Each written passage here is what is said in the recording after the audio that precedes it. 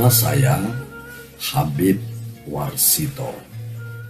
Wong Jowo, anak Mbah Sutowijoyo. Habib Warsito.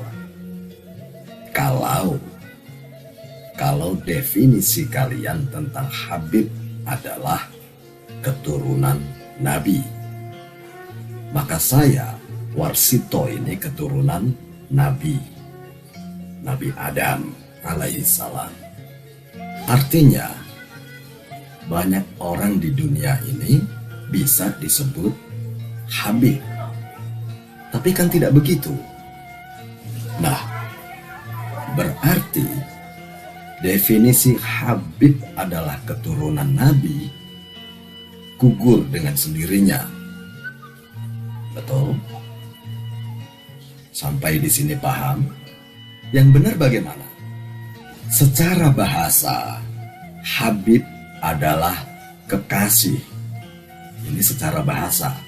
Dan kalau dilihat dari segi bahasa, maka saya pantas dipanggil Habib karena saya adalah kekasih, orang yang dicintai dan disayangi oleh anak-anak dan istri. Jadi saya Habib Warsito. Cie. Sah dong dari segi bahasa.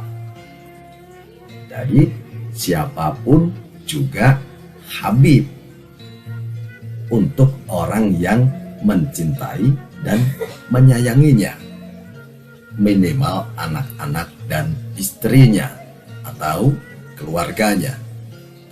Tapi jangan salahkan orang lain yang tidak mengenalmu dan tidak mencintaimu atau menyayangimu, memanggilmu Habib. Paham nggak sampai di sini? Masa orang yang nggak kenal kita suruh memanggil kita, wahai kekasihku, wahai orang yang kucintai, Warsito, orang yang kusayangi, Warsito. Lucu kan? Jadi jangan paksa orang lain memanggil kita Habib atau kekasih. Paham kan sampai sini? Itu secara bahasa. Sekarang dilihat dari segi tradisi. Tradisi panggilan Habib itu tidak ada di Indonesia. Yang ada di Indonesia ya sayangku, cintaku, Warsito sayang, Warsito cintaku. Tidak ada panggilan Habib Warsito di Indonesia. Ya mungkin Mas, yang, sayang, Bapak, Ibu, Dek, Uda, Ayang, Say, dan lain sebagainya. Habib tidak ada. Habib itu tradisi panggilan orang yang disayang di daerah Yaman. Jadi dari segi tradisi saya tidak pantas dipanggil Habib karena tidak ada di Indonesia. Nah, kalau orang Yaman ngimigran, saya bilang ngimigran ke Indonesia, mestinya orang Yaman mengikuti adat dan budaya atau tradisi di Indonesia. Jangan memaksakan orang Indonesia memanggil orang Yaman Habib. Paham nggak sampai di sini?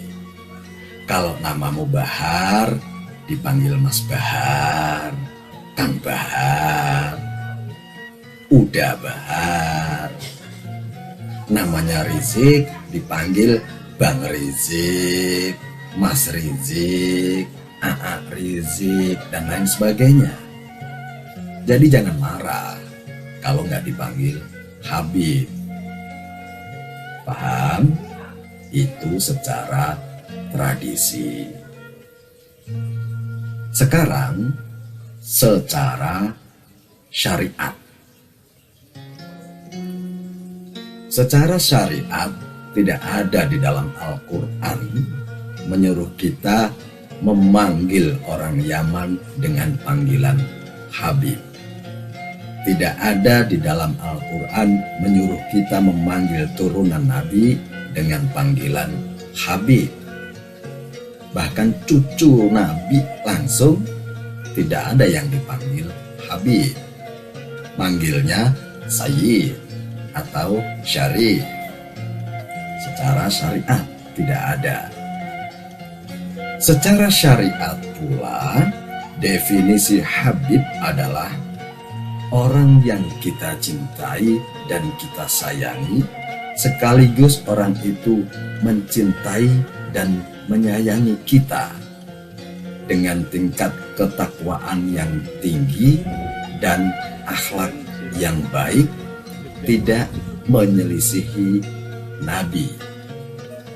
Itu kita panggil Habib.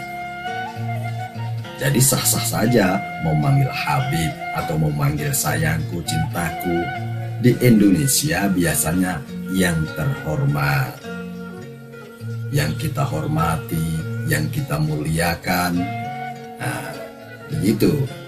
Jangan paksakan panggilan Habib di Indonesia.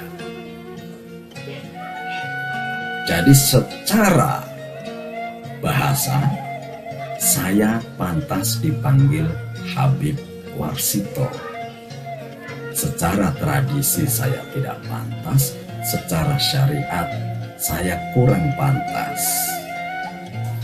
Jadi mulai sekarang, Mas Bahar, Mas Rizik, Mas Topik, Mas Umar, dan kawan-kawan, jangan marah kalau dipanggil namanya. Jangan paksa orang memanggil Habib pada Anda, pada kalian. Ya, paham? Nah, jangan lagi bawa-bawa hadis. Satu Habib bodoh lebih mulia dari 70 kiai. Nggak usah. Itu penistaan agama itu. Karena bertentangan dengan Al-Quran. Yang dimuliakan Allah itu bukan Habib. Yang dimuliakan Allah itu orang yang bertakwa. Yang ditinggikan derajatnya orang berilmu, bukan orang bodoh. Karena orang berilmu bisa memberikan manfaat untuk orang lain. Apalagi dia kiai alim, punya banyak santri, ilmunya mengalir sampai dia mati. Apalagi santrinya udah jutaan. Surga itu, gak usah beli kapling-kaplingmu. Tapi kalau Habib bodoh, manfaat apa yang bisa diberikan untuk orang lain? Untuk dirinya sendiri saja gak ada. Orang dia bodoh,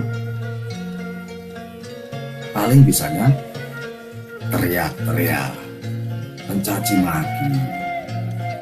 Itu bukan manfaat, itu mudorot. Berlombalah untuk bisa memberikan manfaat untuk orang lain, supaya Anda menjadi orang terbaik. Khairun nasi anfa'uhum linnas, nafi'un li ghairihi. Kebermanfaatan untuk orang lain, itu yang penting. Maka sebelum kita mencaci maki orang lain, pikirkan dulu manfaat apa yang sudah kita berikan untuk orang lain. Semoga bermanfaat. Mohon maaf kalau ada kesalahan. Wassalamualaikum warahmatullahi wabarakatuh.